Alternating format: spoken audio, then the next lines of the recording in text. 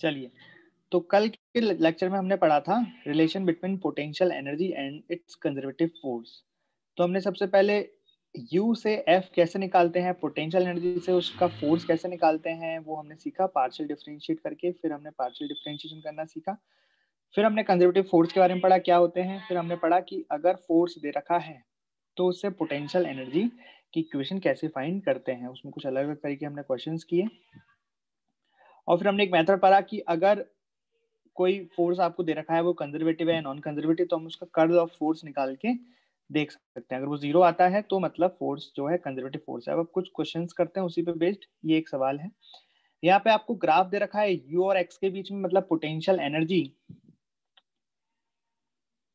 और एक्स क्या है, डिस्प्लेसमेंट, कि एक्स में जाने पर पोटेंशियल एनर्जी किस तरह से वेरी करेगी, उसका ग्राफ आपको दे रखा है। आपको प्लॉट करना है एफ और एक्स के बीच में ग्राफ, फोर्स एंड एक्स यानी एक्स डिस्प्लेसमेंट की, एक्स के साथ एक्स में चलने पर फोर्स किस तरह से वेरी करेगा। तो कैसे करेंगे, हमने ऊपर रिलेशन पढ़ी रखा है कि जो फोर्स होता है बेसिकली क्या है, केवल एक्स के टर्म में फंक्शन है, मतलब तो हम यहाँ लिख सकते हैं del U upon del x. भाई यहाँ पे जो u है केवल x के टर्म में है तो y के टर्म में डिफरेंशिएशन जीरो आएगा, z के टर्म में z के रिस्पेक्ट में भी डिफरेंशिएशन जीरो आएगा। तो फोर्स कितना हो जाएगा, minus del U upon del X. मतलब del U upon del X क्या है, इसका मतलब है slope of the ux curve, slope of u versus x graph. उसमें आपको एक नेगेटिव अपनी तरफ से और लगाना पड़ेगा, जो भी स्लोप होगी उसमें एक नेगेटिव और लगाना पड़ेगा, तो ये किसकी वैल्यू आ जाएगी, फोर्स की वैल्यू आ जाएगी। ठीक है, तो यहाँ पे आपको बनाना है ग्राफ एफ और एक्स में। तो ग्राफ बनाते हैं हम।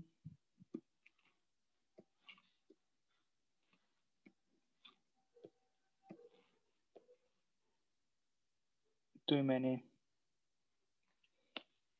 इस तरीके से, तो ये एफ और एक्स के बीच में ग्राफ बनाना है आपको। तो ध्यान से देखें, सबसे पहले हम स्टार्ट करते हैं यहाँ से, इस वाली जगह से। ये तो यहाँ पे आपको यू एक्स कर्व है, इसकी स्लोप कैसी दिख रही है, ये यू एक्स कर्व है, स्लोप का मतलब होता है टेन थीटा, स्लोप का मतलब होता है टेन थीटा। यहाँ पे आपको थीटा कैसा दिख रहा है, 90 से छोटा, थीटा दिख रहा है 90 से छोटा, मतलब स्लोप कैसी हो गई, पॉजिटिव। तो अगर स्लोप पॉजिटिव हो गई तो ग्राफ कैसा हो जाएगा, फोर्स कैसा आएगा यहाँ पे, नेगेटिव, क्योंकि स्लोप के साथ आपको एक माइनस और लगाना है। यही तो है formula, minus of del U upon del x. तो एक आपको माइनस अपने तरफ से और लगाना है क्योंकि फॉर्मूला में है। तो बेसिकली यहाँ तो फोर्स आ गया नेगेटिव में, मान लो ये फोर्स आ गया,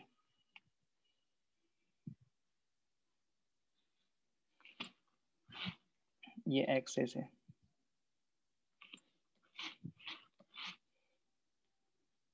ठीक है, उसके बाद चलते हैं। उसके बाद जब यहाँ हम जीरो से एक्स वी तक चले, इतने पार्ट में हमने देखा यहाँ पे स्लोप तो जीरो हो गई, स्लोप जीरो हो गई तो फोर्स भी कितना आ जाएगा, जीरो आ जाएगा। स्लोप जीरो तो फोर्स भी जीरो आ गया यहाँ पे, ये आ गया एक्स बी। उसके बाद हमने देखा कि स्लोप वापस से कैसी हो गई, एक्स बी से एक्स सी स्लोप है पॉजिटिव, और एक माइनस आगे लगाया तो फोर्स कैसा आ जाएगा, नेगेटिव फोर्स आ जाएगा। तो यहाँ हमने नेगेटिव फोर्स बना दिया, कहाँ से कहाँ तक, एक्स बी से एक्स सी। उसके बाद हमने आगे देखा कि इस बार ये वाली एक्स सी से एक्स डी, यहाँ पे एंगल 90 से बड़ा हो गया, स्लोप नेगेटिव हो गई। अब स्लोप नेगेटिव हो गई, एक नेगेटिव और लगाया तो फोर्स कैसा आ गया, फोर्स आ गया पॉजिटिव, मतलब एक्स सी से एक्स डी फोर्स आ गया पॉजिटिव। और एक्स डी से आगे स्लोप कैसी हो गई, जीरो, यहाँ थीटा जीरो हो गया, एंगल जीरो हो गया, तो स्लोप भी कितनी हो गई, जीरो। तो अब इसके आगे फोर्स कैसा आएगा, अब जीरो। तो इस तरीके से एक कर्व बन गया एफ एक्स का। हमने यू एक्स से एफ एक्स कर्व बना दिया। किसी को कोई दिक्कत है तो पूछ लो। तो ये अगला सवाल करना है आपको, करें। क्वेश्चन क्या है कि a body of mass 1 kg is moving on the x axis under the action of a force such that its variation of the potential energy as a function of x is given by u बराबर x minus x square. तो बोल रहे हैं कि एक body है 1 kilo की, वो एक फोर्स है एक्स एक्सिस में, उसके अनुसार इस तरह से चल रही है कि जो पोटेंशियल एनर्जी है उसका एक्स के साथ फंक्शन ये है, क्या है, u बराबर x माइनस एक्स स्क्वायर। अब आपको क्या बताना है, find its equilibrium position. Equilibrium position बतानी है, उस फोर्स की इक्विलिब्रियम पोजीशन कहाँ होगी, और ये भी बताना है velocity at equilibrium position if its velocity at origin is 2 meter per second. ये भी बताना है कि इक्विलिब्रियम पर इस पार्टिकल की वेलोसिटी क्या होगी अगर ओरिजिन पर इसकी वेलोसिटी 2 मीटर पर सेकेंड है। तो करिए। तो इसमें पहले आपको बताना है इक्विलिब्रियम पोजीशन। तो ये सवाल हमने कल के लेक्चर में भी किया था कि u की इक्वेशन दे रखी है और आपको बताना है इक्विलिब्रियम पोजीशन। इक्विलिब्रियम का मतलब होता है फोर्स जीरो। तो बेसिकली फोर्स क्या है, फोर्स है minus del U upon del x. क्योंकि मुझे दिखाई दे रहा है कि यहाँ पे इक्वेशन केवल एक्स में है तो फोर्स भी केवल एक्स वाला ही आएगा। दे भी रखा है कि फोर्स केवल एक्स में ही है, ठीक है। इसको करना है आपको जीरो। फोर्स जीरो होता है, इसी को हम कहते हैं इक्विलिब्रियम पोजीशन। चलिए तो भाई करते हैं। तो फोर्स बराबर कितना आ गया, एक माइनस फॉर्मूले में आपको करना डिफरेंशिएशन। तो एक्स का डिफरेंशिएशन हो गया 1 माइनस एक्स स्क्वायर का हो गया 2x बराबर जीरो। यहां से x बराबर कितना आ रहा है, हाफ। तो basically this is the equilibrium position.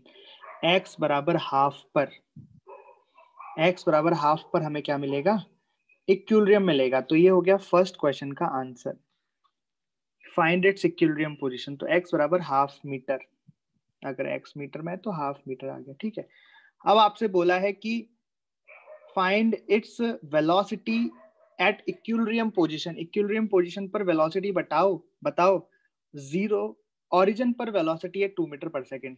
तो यहाँ पे कौन सी फोर्स लग रहा है, यहाँ पे कंजर्वेटिव फोर्स लग रहा है।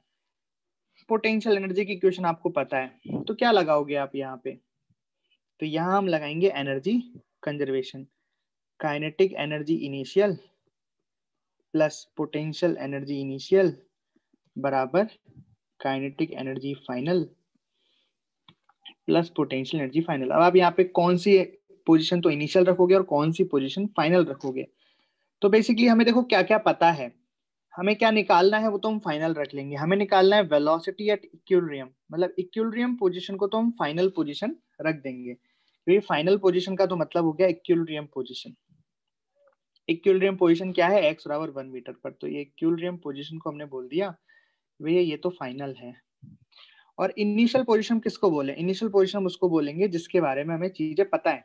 तो हमें वेलोसिटी पता है 2 ओरिजिन पर, है ना, और पोटेंशियल एनर्जी ओरिजिन पर तो हम निकाल ही लेंगे, इक्वेशन पता है उसकी। तो हमने बेसिकली इनिशियल पोजीशन किसको रख दिया, ओरिजिन को, ठीक है। ये हो गया इनिशियल पोजीशन ओरिजिन, ठीक है। अब रखते हैं, चलो सबसे पहले काइनेटिक एनर्जी की वैल्यू हमें रखनी पड़ेगी। तो काइनेटिक एनर्जी क्या होता है, हाफ mv स्क्वायर। तो हाफ मास कितना है दे रखा है क्या, हाँ मास दे रखा है 1 kg v स्क्वायर। वेलोसिटी कितनी दे रखी है 2 ओरिजिन पर, ओके प्लस। अब बात आती है पोटेंशियल एनर्जी की। तो क्या पोटेंशियल एनर्जी ओरिजिन पर हम निकाल सकते हैं, ओरिजिन का मतलब कितना होता है 0,0। और पोटेंशियल एनर्जी की तो इक्वेशन हमें पता है, पोटेंशियल एनर्जी की इक्वेशन कितनी है, u बराबर x माइनस एक्स स्क्वायर। तो हम यहाँ पे x की वैल्यू को जीरो रख देंगे, x की वैल्यू को जीरो रख देंगे। तो यहाँ पे पोटेंशियल कितनी मिल गई हमें, जीरो।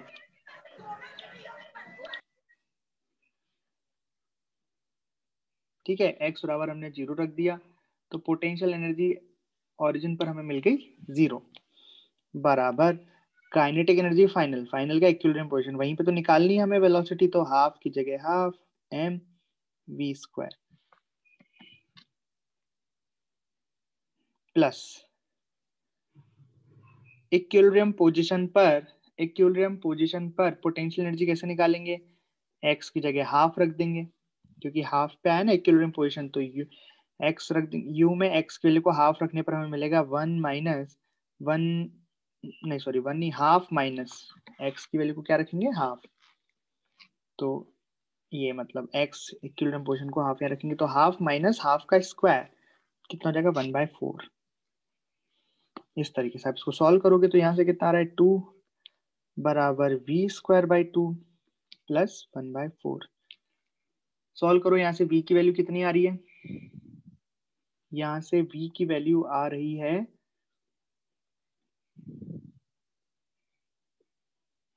7/2 × 3.5। मीटर पर सेकेंड, इस तरीके से। देखा हमने किस तरह से किया सवाल? कोई दिक्कत है, कोई डाउट है तो बोलो। सिंपल ही था।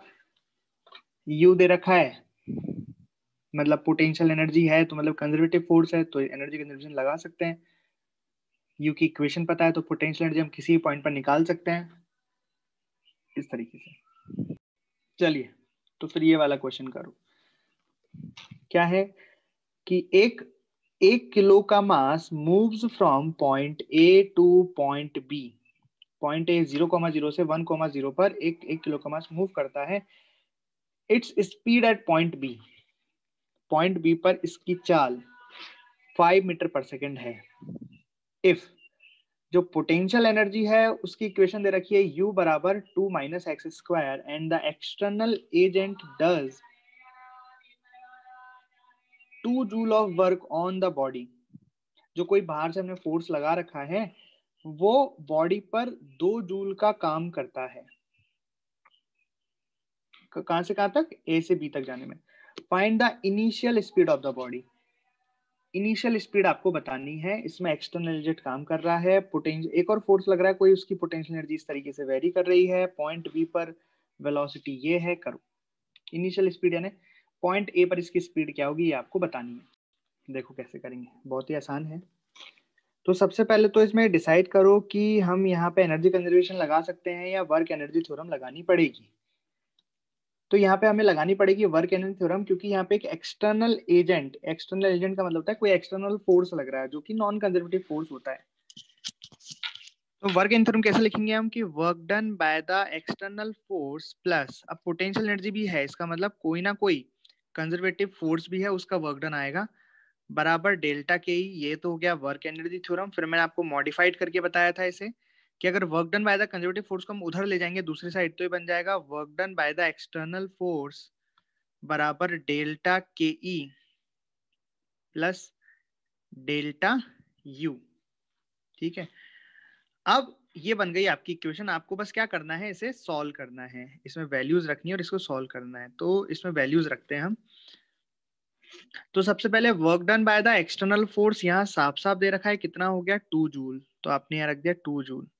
Change in kinetic energy final minus initial, तो फाइनल काइनेटिक एनर्जी, तो फाइनल वेलोसिटी तो हमें दे रखी है पॉइंट बी पर 5 मीटर पर सेकेंड, तो हम यहाँ लिख देंगे हाफ एम। v फाइनल का स्क्वायर तो हो गया 5 का स्क्वायर, माइनस इनिशियल वेलोसिटी हमें नहीं पता तो उसको v मान लिया, ये हो गया v square, plus change in potential energy, है ना। चेंज इन पोटेंशियल एनर्जी का मतलब है u final minus u initial. तो उसे हम साइड में अलग से कैलकुलेट कर लेते हैं कि पहले u फाइनल का मतलब कोऑर्डिनेट कितने हो गए 1,0। तो जो इक्वेशन है पोटेंशियल एनर्जी की उसमें x की जगह तो 1 डालना है और y की जगह 0, तो वहां पे x ही है, y तो है ही नहीं, तो हम डालेंगे 2 माइनस एक्स स्क्वायर है यानी कि 1 का स्क्वायर, तो कितनी आ गई u फाइनल आ गई 1 जूल। और u इनिशियल निकालने के लिए हमें डालना पड़ेगा 0,0, तो 2 माइनस 0 तो ये आ जाएगा 2 जूल। तो u फाइनल आ गया 1 माइनस u इनिशियल आ गया 2, इस तरीके से। बस इसे अब हम सॉल्व कर देंगे, तो बेसिकली हमें क्या मिल जाएगी, वेलोसिटी मिल जाएगी। कैसे, ये 1 माइनस 2 माइनस 1 हो गया, इधर आके ये 3 हो जाएगा। ये जूल लिखा है मैंने, लिखने की कोई जरूरत नहीं वैसे, तो इधर आके 3 हो जाएगा, तो ये हो गया 3 बराबर हाफ, ये हो गया 25 divide by 2 minus v square divide by 2। Solve कर दो इसे जल्दी से, कितना आ रहा है। तो हमने इसको सॉल्व किया, तो ये सॉल्व करके आ रहा है v स्क्वायर बराबर 19, तो v बराबर आ गया √19। ये कहाँ की वेलोसिटी आ गई, इनिशियल की, मतलब पॉइंट ए पर वेलोसिटी ये आ गई। इस तरीके से हमने वर्क एनर्जी थ्योरम लगा के इसको कर दिया। कितना आसान है। कोई डाउट है तो पूछो। चलिए ये वाला क्वेश्चन करिए। इसमें आपको क्या दे रखा है, पहले ये समझो। एक ग्राफ दे रखा है आपको u और x के बीच में, u और x के बीच में ग्राफ दे रखा है। A single conservative force acts on a particle that moves along the x-axis। तो एक पार्टिकल पर कंजर्वेटिव फोर्स लग रहा है जो x डायरेक्शन में चल रहा है। The graph of the potential energy with x is given. At x बराबर 5 meter the particle has the kinetic energy of 50 joule. ऐसा गिवन है कि x बराबर 5 मीटर पर काइनेटिक एनर्जी है 50 joule and its potential energy is related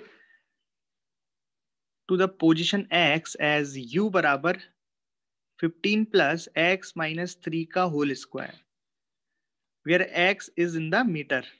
then आपको find the mechanical energy of the system.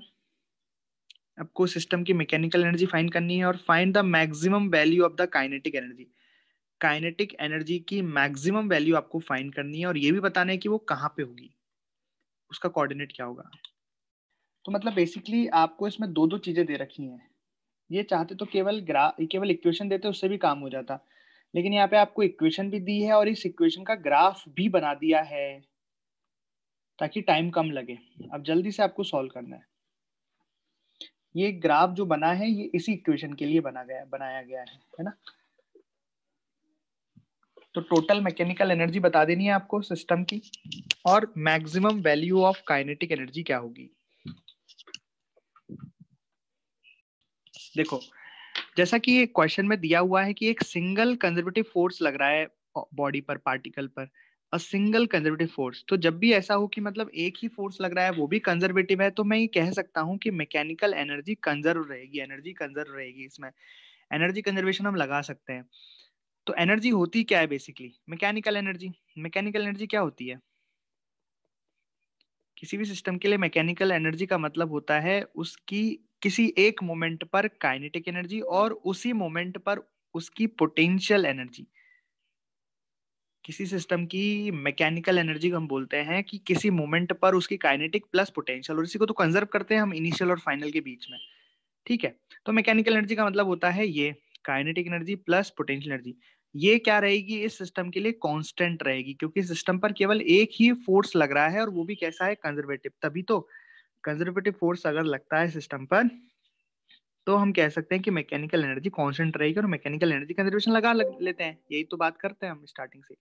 चलिए, तो हमें क्या डेटा दिया है, हमें डेटा दिया है कि x बराबर 5 पर काइनेटिक एनर्जी 50। तो मैंने लिखा x बराबर 5 पर काइनेटिक एनर्जी है 50 जूल। मुझे क्या निकालना है, मुझे टोटल मैकेनिकल एनर्जी निकालनी है। तो x बराबर 5 पर मुझे काइनेटिक एनर्जी तो दे दी गई है 50 जूल। अब अगर मैं x बराबर 5 पर पोटेंशियल एनर्जी भी निकाल लेता हूं और उन दोनों को जोड़ देता हूं तो फर्स्ट क्वेश्चन का आंसर आ जाएगा mechanical energy of the system. तो मैं कैसे निकालूंगा x बराबर 5 पर पोटेंशियल एनर्जी। तो देखो पोटेंशियल एनर्जी की इक्वेशन मुझे दी गई है, पोटेंशियल एनर्जी की इक्वेशन दी गई है u बराबर 15 प्लस x माइनस 3 का स्क्वायर, इस तरीके से। अब अगर मैं x बराबर 5 इसमें पुट कर दूं, x बराबर 5, तो ये हो जाएगा 15 प्लस 5 माइनस 3 यानी 2 का स्क्वायर यानी कि 4, तो ये आ जाएगा 19 जूल। तो अब अगर मैं टोटल मैकेनिकल एनर्जी की बात करूं या टोटल मतलब mechanical energy of the system की बात करूं तो काइनेटिक एनर्जी कितनी है 50, पोटेंशियल एनर्जी कितनी है 19, तो टोटल कितना आ गया 69 जूल। तो ये आंसर आ गया फर्स्ट क्वेश्चन का आंसर आ गया कि सिस्टम की मैकेनिकल एनर्जी कितनी है 69 जूल। ठीक है, इस तरीके से ये हो गया आपका फर्स्ट क्वेश्चन का आंसर। अब सेकंड क्वेश्चन, तो सेकंड क्वेश्चन पूछा कि find the maximum value of kinetic energy. तो देखो हमें एक चीज पता है कि kinetic energy plus potential energy बराबर कांस्टेंट है और अभी किसके बराबर आ चुका है 69 जूल के बराबर ये आ चुका है। यही तो आया है, एक सिस्टम की kinetic energy plus potential energy constant है हर मोमेंट पे, तभी तो हम क्या लगाते हैं एनर्जी कंजर्वेशन की, इनिशियली भी इतनी थी फाइनली भी इतनी थी और हम लगा देते हैं। तो यही है। अब अगर मुझे काइनेटिक एनर्जी को मैक्सिमम करना है, सॉरी काइनेटिक एनर्जी को मैक्सिमम करना है, हाँ, find the maximum value of kinetic energy. तो यदि मैं चाहता हूँ काइनेटिक एनर्जी को मैक्सिमम करना, तो सोचो ये काइनेटिक एनर्जी की इक्वेशन क्या बन गई, काइनेटिक एनर्जी बराबर 69 माइनस यू। ध्यान से देखना, अब अगर मैं काइनेटिक एनर्जी को मैक्सिमम करना चाहता हूं तो ऑब्वियस है मुझे क्या करना पड़ेगा, यू को मिनिमम रखना पड़ेगा कि U की minimum value of the U है ना, minimum value of the U। अगर मैं U की मिनिमम वैल्यू रखूंगा तो काइनेटिक एनर्जी मैक्सिमम मुझे मिल जाएगी। तो जरा ग्राफ पे चलते हैं, दोनों तरीके से निकाल सकते हैं, या तो इक्वेशन दी है, इक्वेशन से भी हम डिफरेंशिएट करके इसकी मिनिमम वैल्यू निकाल सकते हैं, वरना ग्राफ दे दिया तो हमें ग्राफ से निकालना है कि देखो यहाँ पे पोटेंशियल एनर्जी मैक्सिमम है, फिर अगर यहाँ ग्राफ आगे चल रहा है एक्स में तो पोटेंशियल एनर्जी कम होती जा रही है, कम होती जा रही है, कम होती जा रही है, यहाँ पे मिनिमम है एक्स बराबर 3 पर पोटेंशियल एनर्जी कितनी आ रही है 15, this is the minimum potential energy, और फिर पोटेंशियल एनर्जी आगे जाने पर बढ़ती जा रही है। तो यहाँ पे मुझे यू मिनिमम मिल गया कितना 15 जूल, और कहाँ पे एक्स बराबर 3 पर। ठीक है, तो यहाँ मैंने यू की मिनिमम वैल्यू रख दी 15, तो यहाँ से काइनेटिक एनर्जी की मैक्सिमम वैल्यू मुझे प्राप्त हो गई कितना 54 जूल।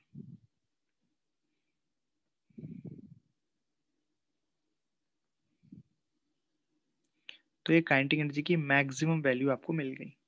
अच्छा, इस सवाल में पूछा नहीं है, लेकिन अगर काइनेटिक एनर्जी की मिनिमम वैल्यू पूछता तो क्या करना पड़ता बताओ। यहाँ अगर आपसे पूछा था काइनेटिक एनर्जी की मिनिमम वैल्यू भी बताओ, तो कुछ नहीं, सेम ही बात है। कैसे भाई, तीसरा सवाल मान लेते हैं इसमें कि काइनेटिक एनर्जी की मिनिमम वैल्यू भी बताओ, मैक्सिमम तो आपने बता दी। तो बेसिकली आप इक्वेशन क्या लिखते, वापस ये लिखते, तो यहाँ पे काइनेटिक एनर्जी बराबर क्या आता 69 माइनस यू। अब काइनेटिक एनर्जी अगर आपको मिनिमम चाहिए, मिनिमम, तो यू को मैक्सिमम करना पड़ेगा, ऑब्वियस है। जब ये यू मैक्सिमम होगा तो 69 में से घट के वो मिनिमम वैल्यू देगा आपको। तो यू की मैक्सिमम वैल्यू क्या होगी, तो ग्राफ पे चलते हैं। तो जो यू की मैक्सिमम वैल्यू है वो है बेसिकली यहाँ पे ग्राफ के हिसाब से 64। यू की जो मैक्सिमम वैल्यू है वो कितनी आ रही है 64। कहाँ पे आ रही है, दो जगह पे आ रही है, एक तो x बराबर -4 पर आ रही है और x बराबर 10 पे आ रही है। ठीक है, और मैक्सिमम वैल्यू कितनी है 64, x बराबर -4 पे आ रही है एंड x बराबर +10 पे आ रही है। ठीक है, तो 64 मैंने रखा है यहाँ पे, 69 माइनस 64, तो ये आया 5 जूल। तो काइनेटिक एनर्जी मिनिमम कितनी हो जाएगी इसमें 5 जूल हो जाएगी इस वाले सवाल में, इस तरीके से, इस तरह से हो गया क्वेश्चन। तो क्या सीखे हम कि जब पोटेंशियल एनर्जी मिनिमम होती है उस केस में काइनेटिक एनर्जी मैक्सिमम होती है, और जब काइनेटिक एनर्जी मिनिमम होती है तो पोटेंशियल एनर्जी मैक्सिमम होती है, क्योंकि दोनों का समेशन होता है वो कांस्टेंट आता है। तो अभी मैंने आपको एक सवाल कराया जिसमें इक्विलिब्रियम निकालना आपको सिखाया था। इक्विलिब्रियम होता है जहां पे फोर्स होता है जीरो, जहां पे फोर्स होता है जीरो उस पॉइंट को अपन कहते हैं इक्विलिब्रियम। जैसे फोर्स कैसे निकालते हैं, फोर्स निकालते हैं हम डिफरेंशिएट करके यू को, है ना, यू एक फंक्शन है मान लो एक्स का, तो यहाँ आ जाएगा del U upon del x, इस तरह से हम फोर्स निकाल लेते हैं। मान लो कि एक्स में ही वेरिएबल, तो एक्स डायरेक्शन का फोर्स ही आ गया। अब इक्विलिब्रियम हमें निकालना है तो हम क्या करते हैं, इसको जीरो कर देते हैं। ये तो फोर्स निकालने का तरीका है। फॉर इक्विलिब्रियम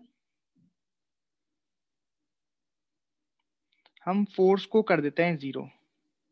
तो फोर्स को जीरो करने से, या फिर ऐसे बोल दो minus of del U upon del x को हमने कर दिया जीरो। तो यहाँ से क्या आ गया, माइनस उधर जाके जीरो हो गया, ये बन गया del U upon del x बराबर जीरो।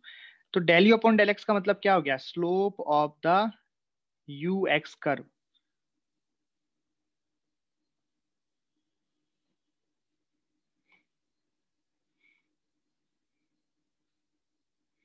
तो जब slope U x curve zero होगा उस पॉइंट पर फोर्स जीरो होगा, सही बात है। तो ये जहां जहां पे ऐसा होगा वो हो जाएगा इक्विलिब्रियम पॉइंट। क्या हो जाएगा, इक्विलिब्रियम पॉइंट। ठीक है, वो पॉइंट इक्विलिब्रियम हो जाएगा। लेकिन इक्विलिब्रियम भी तीन तरह के होते हैं। इक्विलिब्रियम तो होगा वो जहां पे स्लोप हो जाएगा जीरो, वो पॉइंट इक्विलिब्रियम होगा।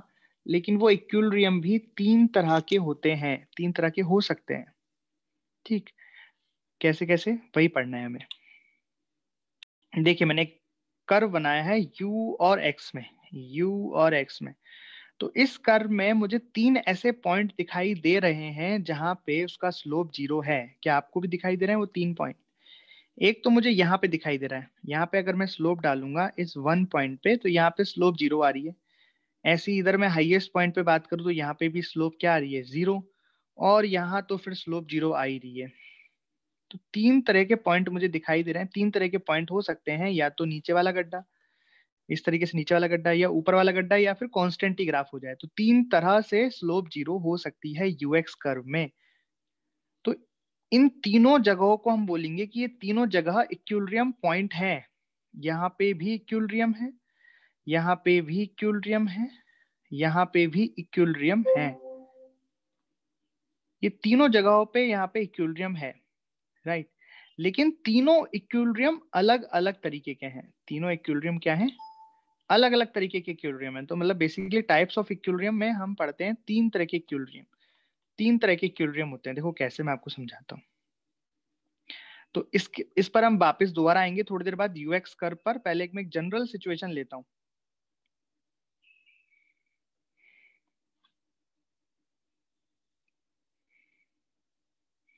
जैसे मान लो आपने देखा होगा कि पहाड़ देखा है आपने, पहाड़ और घाटी। पहाड़ और घाटी में अंतर पता है आपको? या फिर मान लो कोई एक ऐसी सरफेस है, कटोरे नुमा सरफेस है, ठीक है। एक सरफेस तो ऐसी है कटोरा, तो ये तो हो गया सीधा कटोरा। दूसरी सरफेस है मान लो उल्टा कटोरा,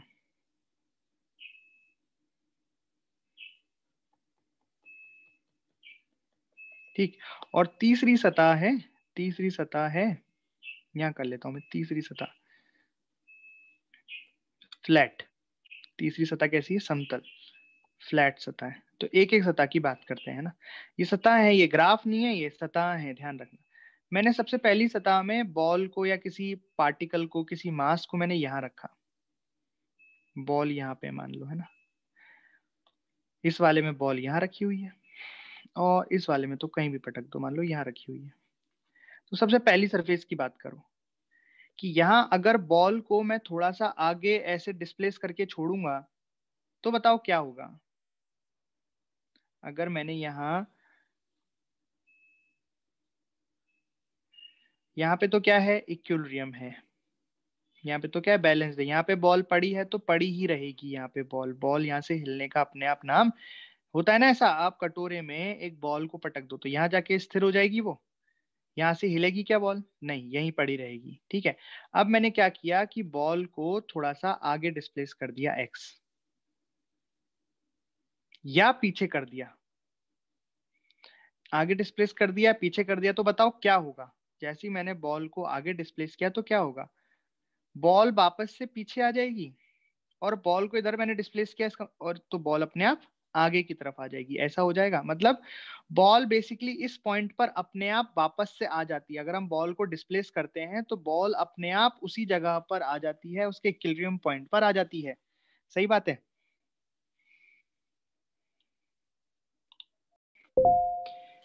ये इसकी इक्विलिब्रियम पोजीशन है। जब हम पार्टिकल को इक्विलिब्रियम पोजीशन से डिस्प्लेस करते हैं, या तो आगे डिस्प्लेस किया या पीछे डिस्प्लेस किया, तो हमने देखा कि इस पर एक फोर्स आ जाता है। उसकी वजह से ये वापस अपनी पोजीशन में आ जाती है। तो ये फोर्स हो गया, इसको बोलते हैं रीस्टोरिंग फोर्स। रीस्टोरिंग मतलब जो उसको अपनी पुरानी पोजीशन पे ले आए, ठीक है। जब हमने इसको आगे की साइड डिस्प्लेस किया, मतलब पॉजिटिव डायरेक्शन में डिस्प्लेस किया, तो फोर्स अपोजिट डायरेक्शन में आ गया। और जब हमने इसको पीछे की डायरेक्शन में डिस्प्लेस किया तो फोर्स फिर से अपोजिट डायरेक्शन में आ गया। मतलब इसको जब हमने पॉजिटिव में डिस्प्लेस किया तो फोर्स आ गया नेगेटिव में, और जब हमने इसको नेगेटिव में डिस्प्लेस किया तो फोर्स आ गया पॉजिटिव में, राइट।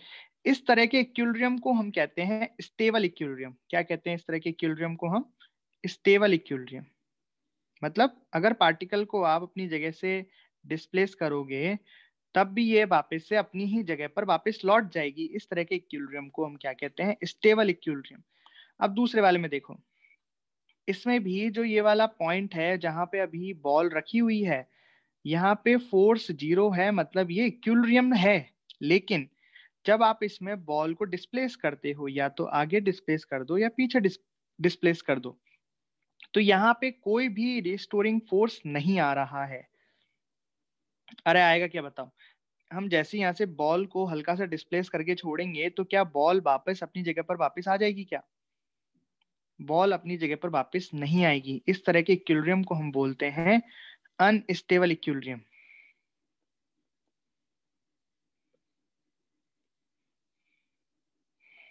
ठीक है, इसमें क्या होता है कि जब आपने इसको डिस्प्लेस किया पॉजिटिव में तो फोर्स भी पॉजिटिव में ही लग जाता है, और जब इसको आप डिस्प्लेस करते हो नेगेटिव में तो फोर्स भी नेगेटिव में लग जाता है। इस केस में रिस्टोरिंग फोर्स नहीं आता है, राइट।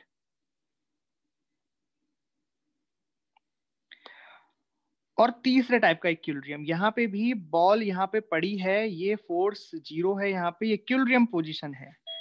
अब यहाँ पे हमने इसको थोड़ा सा आगे शिफ्ट कर दिया बॉल को। हमने जब बॉल को आगे शिफ्ट किया यहाँ पे भी फोर्स जीरो ही है, और अगर हमने इसको थोड़ा सा पीछे शिफ्ट कर दिया यहाँ पे भी फोर्स जीरो ही है। मतलब इसको हमने शिफ्ट किया बॉल को आगे तो ये यहीं पड़ी है, वापस ना तो पीछे आ रही है ना ही आगे जा रही है। जब हमने इस बॉल को पीछे की साइड डिस्प्लेस कर दिया तब भी ये ना तो आगे आ रही है और ना ही पीछे जा रही है। इसका मतलब ये न्यूट्रल है, ना ये स्टेबल है ना ये अनस्टेबल इक्विलिब्रियम है। ये कैसा इक्विलिब्रियम है? ये एक न्यूट्रल इक्विलिब्रियम है। मतलब इसको फर्क ही नहीं पड़ता है, आप बॉल को हल्का सा डिस्प्लेस करो वो वहां पड़ी रहेगी, पहले यहाँ पड़ी हुई थी फिर वो वहां पड़ी रहेगी।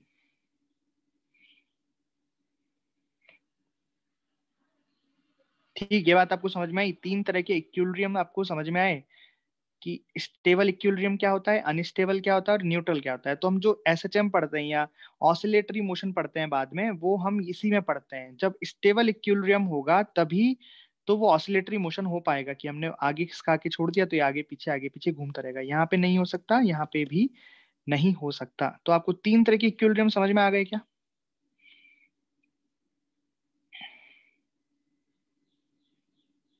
ओके, तो अब हम सीखेंगे how to identify stable and okay, एक second. Yes, how to identify stable unstable and neutral equilibrium in UX graph. ठीक है, तो ये ग्राफ हमने बना दिया। यहाँ पे हमने सबसे पहले इक्विलिब्रियम पोजीशन फाइंड कर ली। इक्विलिब्रियम यहाँ आएगा और यहाँ आएगा, क्योंकि यहाँ पे जो स्लोप है du अपॉन dx है वो यहाँ पे इन तीन जगहों पे जीरो है। बट अब यहाँ पे किधर कौन सा होगा, कहाँ पे तो स्टेबल होगा, कहाँ पे अनस्टेबल होगा और कहाँ न्यूट्रल इक्विलिब्रियम होगा, ये हमें अब निकालना है। तो ध्यान से देखना पड़ेगा इसके लिए। तो सबसे पहले हम बात कर लेते हैं इस पॉइंट वन की। ठीक है, तो पॉइंट वन पर अब देखो, मान लो यहाँ है। अब थोड़ा सा अगर हम आगे चलते हैं, हम थोड़ा सा आगे चलते हैं इसमें, तो यहाँ पे अगर हम स्लोप देखते हैं तो स्लोप कैसी हो गई यहाँ पे, बताओ? स्लोप कैसी हो गई यहाँ पे? पॉजिटिव। स्लोप कैसी हो गई? पॉजिटिव। ध्यान देखना, हम जानते हैं कि जो फोर्स होता है वो होता है minus del U upon del x. Minus मतलब स्लोप में आगे एक नेगेटिव और लगाओगे तो फोर्स की डायरेक्शन आपको मिलेगी। तो यहाँ पे स्लोप तो कैसी है इस पॉइंट पर? इस पॉइंट पर स्लोप पॉजिटिव है। स्लोप पॉजिटिव है, लेकिन फोर्स कैसा हो जाएगा यहाँ पे? फोर्स हो जाएगा नेगेटिव, बिकॉज फोर्स होता है minus del U upon del x. तो अगर स्लोप हो गई पॉजिटिव, उसमें आगे एक नेगेटिव और लगाया तो फोर्स कैसा आ गया? नेगेटिव। तो ध्यान से देखा आपने कि जब हम एक्स में आगे गए, ये तो इक्विलिब्रियम था, यहाँ पे हम एक्स में आगे गए तो फोर्स कैसा लग रहा है? अपोजिट। और अगर हम पीछे जाते हैं, मान लो हम यहाँ चले गए, तो यहाँ पे स्लोप कैसी है बताओ?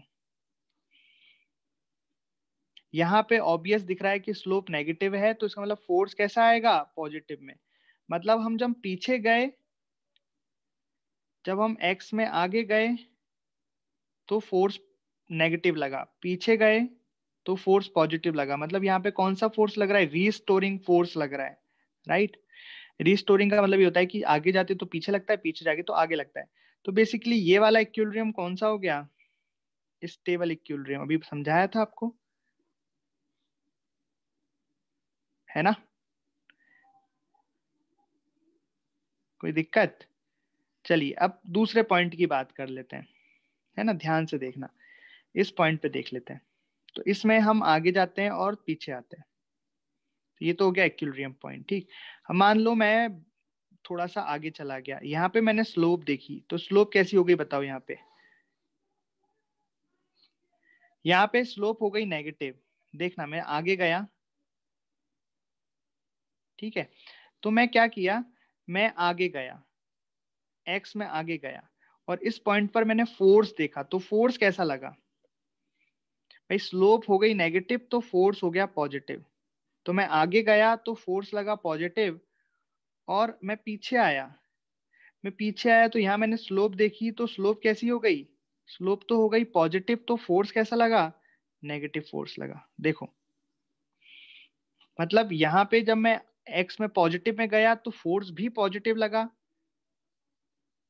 नेगेटिव में गया तो फोर्स भी नेगेटिव में लगा। मतलब ये रीस्टोरिंग फोर्स नहीं है, मतलब एक बार पार्टिकल अपनी जगह से खिसका तो फिर कभी वापस अपनी जगह पर नहीं आ पाएगा।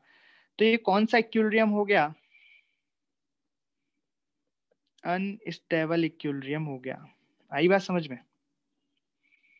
और अब यहाँ पे तो मैं आगे जाऊं तब भी फोर्स जीरो, पीछे जाऊं तब भी फोर्स जीरो। भाई मैं थोड़ा सा आगे खिसका तो यहाँ पे भी स्लोप जीरो, तो यहाँ भी फोर्स जीरो, थोड़ा सा पीछे खिसका यहाँ भी स्लोप जीरो। इसका मतलब ये कैसी इक्विलिब्रियम हो गई, न्यूट्रल इक्विलिब्रियम। बात समझ में आई।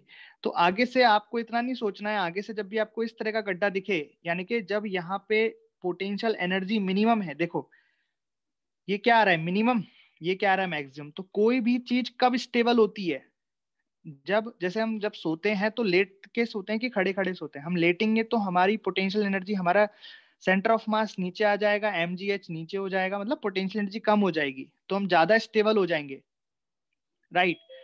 तो जितनी कम पोटेंशियल एनर्जी होगी है ना, पोटेंशियल एनर्जी मिनिमम, वहां पे स्टेबल इक्विलिब्रियम आएगा। पोटेंशियल एनर्जी मैक्सिमम रहेगी तो अनस्टेबल इक्विलिब्रियम आएगा।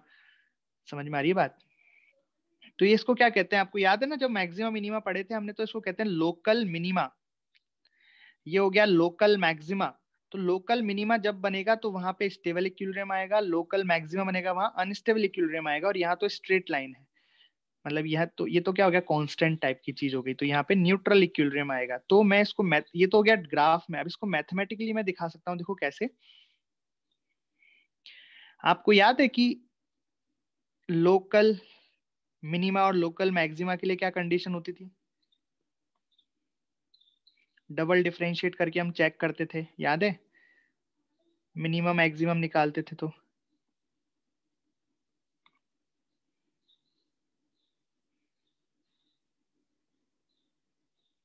चलिए मैं याद दिला देता हूँ। तो स्टेबल इक्विलिब्रियम की बात करते हैं, तो सबसे पहले आप du अपॉन dx तो जीरो होना ही चाहिए। ये तो क्या है कि स्लोप जीरो हो गई, ठीक है। अब स्लोप तो जीरो तीन जगह पे हो गई, यहाँ पे 1 2 और 3 तीनों पॉइंटों पे, लेकिन हमें क्या चाहिए, जहां पे लोकल मिनिमा बने। तो लोकल मिनिमा के लिए कंडीशन क्या होती थी कि double differentiation greater than zero होना चाहिए। जब double differentiation greater than zero होगा उस केस में क्या आएगा, स्टेबल इक्विलिब्रियम। अनस्टेबल इक्विलिब्रियम कब आएगा, du अपॉन dx तो जीरो होना चाहिए, लेकिन जो डबल डिफरेंशिएशन है वो लेस देन जीरो होना चाहिए। मतलब इस केस में क्या आएगा, ये मैक्सिमम, ये मैक्सिमा के लिए कंडीशन हो गई, ये कंडीशन मिनिमा के लिए हो गई। और न्यूट्रल, न्यूट्रल कब मिलेगा, जब du अपॉन dx जीरो है और साथ में डबल डिफरेंशिएशन भी जीरो है, ठीक है। तो अगर आपको कोई इक्वेशन दे दी जाए यू की, कुछ एक्स स्क्वायर, ये वो आपको निकालना हो कि इक्विलिब्रियम कौन सा है, तो आप पहले डिफरेंशिएट करके जीरो कर दो, तो वहां से आपको एक्स की वैल्यूज मिल जाएंगी कि यहाँ यहाँ इक्विलिब्रियम होगा। अब आपसे पूछा जाए कि जो इक्विलिब्रियम आया वो स्टेबल है, अनस्टेबल है कि न्यूट्रल, तो आपको डबल डिफरेंशिएशन देखना पड़ेगा। अगर double differentiation greater than zero है तो वो स्टेबल इक्विलिब्रियम हो गया, double differentiation less than zero है तो वो अनस्टेबल इक्विलिब्रियम हो गया, और अगर वो न्यूट्रल है तो वहां पे डबल डिफरेंशिएशन क्या आएगा, जीरो आएगा। बोलिए, बात समझ में आ गई क्या, करो, ये है सवाल। The potential energy of a conservative system is given by u बराबर ax square minus bx, where a and b are positive constant, find the equilibrium position. और बताओ कि वो जो पोजीशन आएगी वो स्टेबल, अनस्टेबल और न्यूट्रल, तीनों में से कौन सा इक्विलिब्रियम होगा। तो कैसे करेंगे बताओ?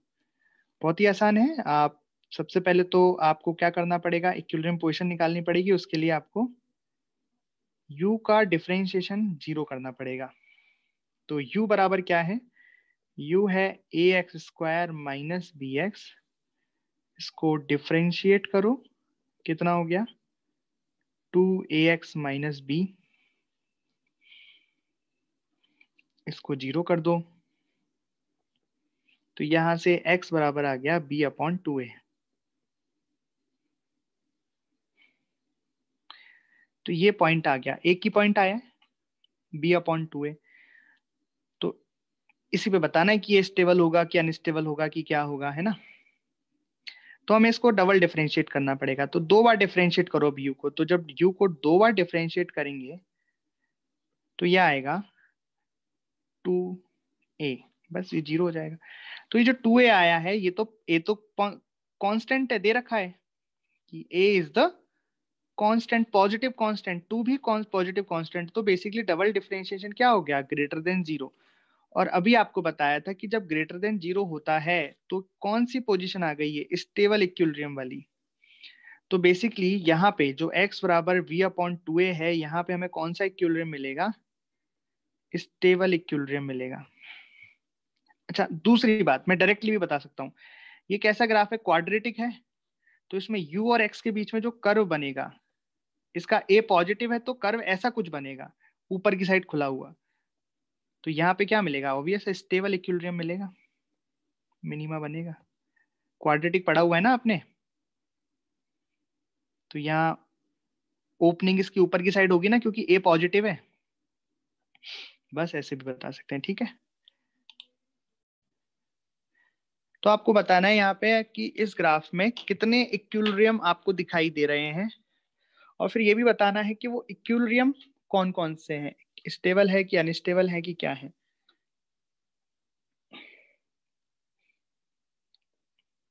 तो यहाँ पे कितने इक्विलिब्रियम पॉइंट्स आपको दिखाई दे रहे हैं, सोच के बताना। 1, 2 या 3 या 4?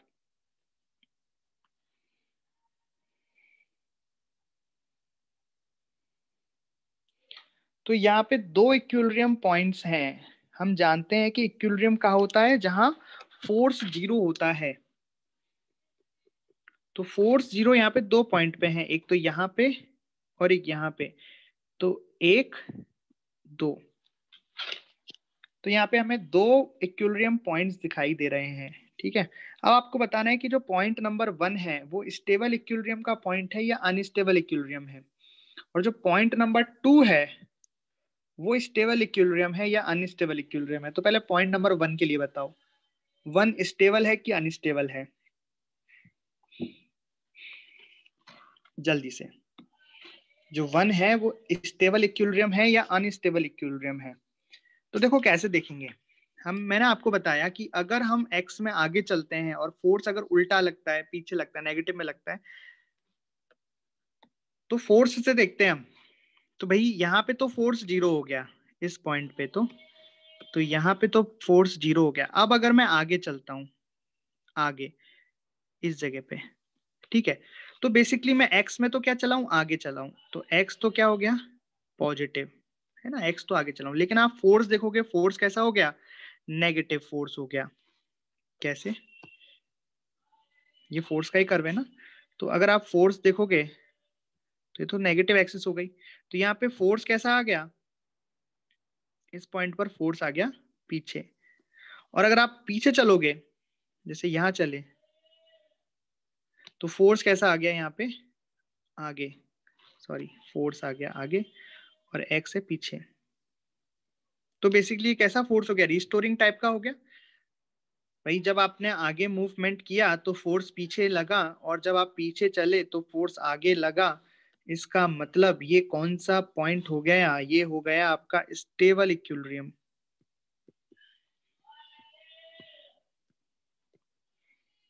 और बताओ ये वाला पॉइंट कौन सा हो जाएगा, 2 नंबर वाला। तो इसमें भी करके देखते हैं कि भाई इस पॉइंट पे तो फोर्स 0 है। जब मैं आगे चला, जब x आगे आया तो फोर्स भी आगे आ गया, पॉजिटिव हो गया ना फोर्स, तो एक्स भी, और जब मैं पीछे आया नेगेटिव में आया तो फोर्स भी पीछे आ गया। भाई इट न्यूट्रल कब बोलते, जब आगे चलता तब भी फोर्स जीरो, पीछे चलता तब भी फोर्स जीरो, तो उसको तो न्यूट्रल बोलते हैं। लेकिन यहाँ पे तो जब मैं आगे चला तो फोर्स आगे, पीछे चला तो फोर्स पीछे, तो ये कौन सा हो गया, अनस्टेबल इक्विलिब्रियम हो गया।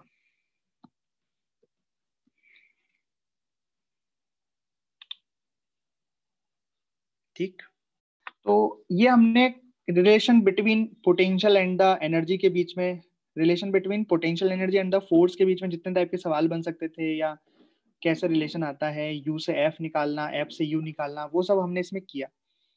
ठीक है, लास्ट में हमने ग्राफ भी देखे कि ग्राफ से कैसे रिलेशन पता लगता है। फिर हमने कॉन्सेप्ट ये भी पढ़ा कि जब पोटेंशियल एनर्जी मिनिमम होगी तो काइनेटिक एनर्जी मैक्सिमम होगी, और वाइस वर्सा।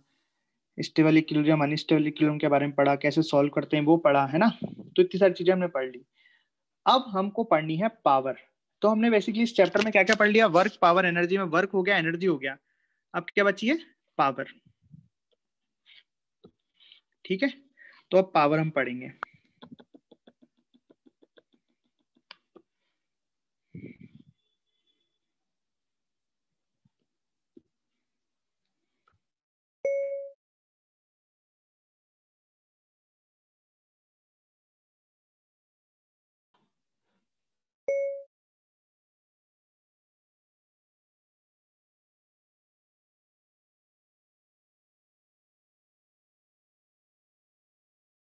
राइट, तो कार्य करने की दर को हम पावर कहते हैं, पावर को हिंदी में क्षमता कहते हैं।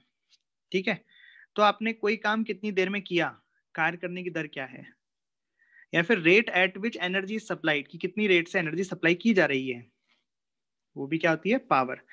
तो हम पावर एवरेज का फॉर्मूला क्या लिखते हैं, पावर एवरेज बराबर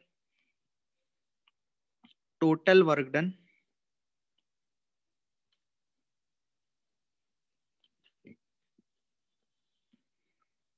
अपॉन टोटल टाइम।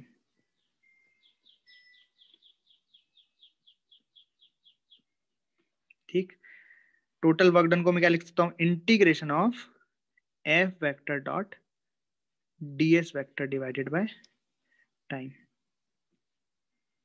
ठीक, और इंस्टेंटेनियस पावर, इंस्टेंटेनियस पावर का मतलब हो गया dw अपॉन dt। इंस्टेंटेनियस तात्क्षणिक पावर, जब पावर आपसे, हाँ शक्ति, कार्य करने की क्षमता शक्ति कहलाती है। ठीक है, इंस्टेंटेनियस पावर मतलब किसी पॉइंट पे आपको पावर हो जाए। एवरेज का मतलब, एवरेज पावर का मतलब तो कि भैया 0 से लेके 10 सेकंड तक में आप टोटल कितनी शक्ति निकालो, है ना। तो total work done upon total time कर लिया कि 10 सेकंड में किया गया काम डिवाइडेड बाय 10 सेकंड। लेकिन एग्जैक्ट किसी मोमेंट पर, किसी टाइम पर आपसे पूछी जाए पावर, तो आप क्या करोगे, D W upon D T. D W क्या लिखते हैं अपन, F dot D S vector upon D T. तो यहां से D S upon D T क्या बन जाएगा, वी वैक्टर। तो फॉर्मूला आ गया F vector dot V vector. तो आपको याद रखना है कि इंस्टेंटेनियस पावर जब भी निकालनी हो तो उस पॉइंट पर फोर्स वेक्टर को वेलोसिटी वेक्टर के साथ स्केलर प्रोडक्ट करने पर हमें इंस्टेंटेनियस पावर मिलेगी। अब बात करते हैं यूनिट ऑफ पावर।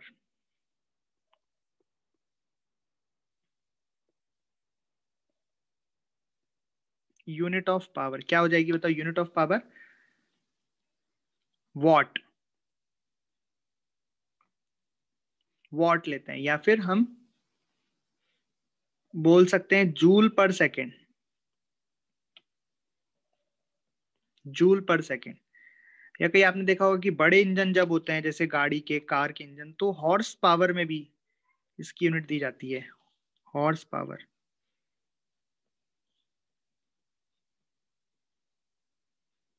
इसका कन्वर्जन क्या होता है, 1 हॉर्स पावर बराबर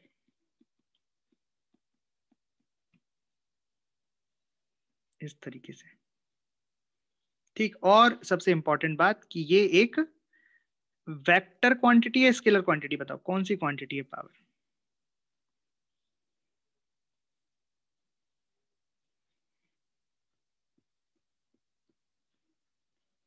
स्केलर, देखो यहाँ साफ से पता लग रहा है कि फोर्स वेक्टर को और velocity vector co dot product किया है तो पावर आई है, तो पता लग गया स्केलर है। और यहाँ भी देख सकते हैं वर्क डन अपॉन टाइम दोनों ही स्केलर है, तो पावर भी क्या होगी, स्केलर होगी। सही बात। If more than one force is acting,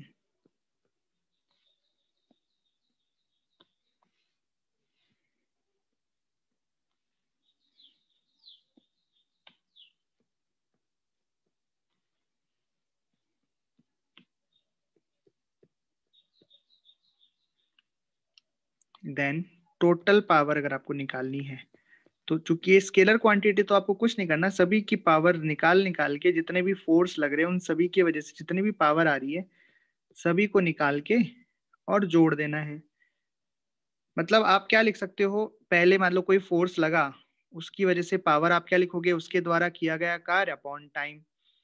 दूसरे के द्वारा कार्य कितना लगा, उसके द्वारा किया गया कार्य अपॉन टाइम। तीसरे के द्वारा पावर कितनी प्रोवाइड की गई, कार्य अपॉन टाइम, इस तरीके से। ठीक है, तो आपने टी कॉमन निकालिए तो क्या बन गया, W1 plus W2 plus W, जितने भी वर्क हैं सभी को जोड़ दो तो क्या बन गया, एक तरीके से work done, net work done बन गया, net work done upon time. अच्छा, नेट वर्क डन बोल दो या work done by all the forces बोल दो, है ना। तो अगर आप work done by all the forces आ जाएगा यहाँ पे भाई, W1 plus W2 plus W3, जितने भी फोर्स वर्क डन कर रहे हैं सभी का वर्क डन। तो वर्क डन बाय ऑल को हम क्या लिखते हैं, याद है, change in kinetic energy, work energy theorem से लिख सकते हैं, वर्क एनर्जी थ्योरम से लिख सकते हैं क्या। तो यहाँ पे हमें एक नया फॉर्मूला मिल गया पावर नेट का। अगर एवरेज निकालना है तो, अगर एवरेज पावर नेट निकालना है तो डेल्टा के मतलब change in kinetic energy divided by time, और अगर इंस्टेंटेनियस निकालना है तो डी के upon D T.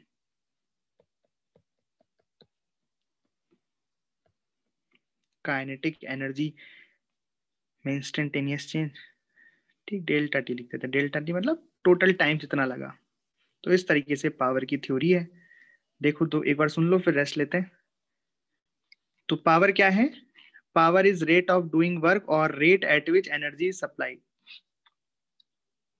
Energy is supplied. ठीक है, एवरेज पावर कितना हो गया, total work done upon total time, तो integration of F dot D S upon T, instantaneous हो गया D W upon D T, तो बेसिकली बन गया F vector dot D, F vector dot B vector. ठीक है, unit of power watt joule पर second, horse power, ये आपको पता है स्केलर क्वांटिटी। अगर एक से ज्यादा फोर्स लग रहे हैं तो हम क्या लिखेंगे, पी नेट बराबर P1 plus P2 plus P3, इस तरीके से जितने भी सभी का अलग अलग पावर, सभी बलों द्वारा प्रोवाइड की गई अलग अलग शक्ति। कैसे लिख सकते हैं, W1 upon T, W2 upon T, जोड़ा तो बोल क्या, W all upon T, W all को हम क्या लिख सकते हैं, डेल्टा के, किससे, वर्क एनर्जी थ्योरम से, है ना। और उसी का यूज करके एवरेज पावर नेट और इंस्टेंटेनियस पावर नेट का फॉर्मूला ये निकाल लिया हमने।